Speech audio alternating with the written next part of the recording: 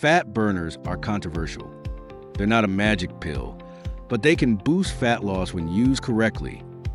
The truth is that fat burners can actually increase your energy and focus, boost metabolism, and support fat burning during workouts. Did you hear that last part?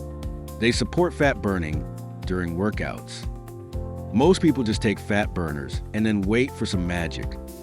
No, that's not the right way to use them. If you take fat burners, you need a little means of energy expenditure. That could be a simple 10-minute or 20-minute workout, and boom, your fat burner supplement goes into action. Now, this is not medical advice, but here's what I consider the best fat burning stack. Ephedrine, 25 milligrams, caffeine, 200 milligrams, and euhimbine, 5 milligrams. However, if you want a safer all-in-one option, I'd say MITOLYN is highly recommended. Links in the description. Add these to your routine and watch your body transform. Remember, you must always use a fat burner alongside proper diet and minimal exercise.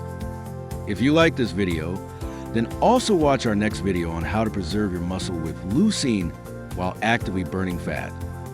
Remember to like, subscribe, and share. Thanks for watching.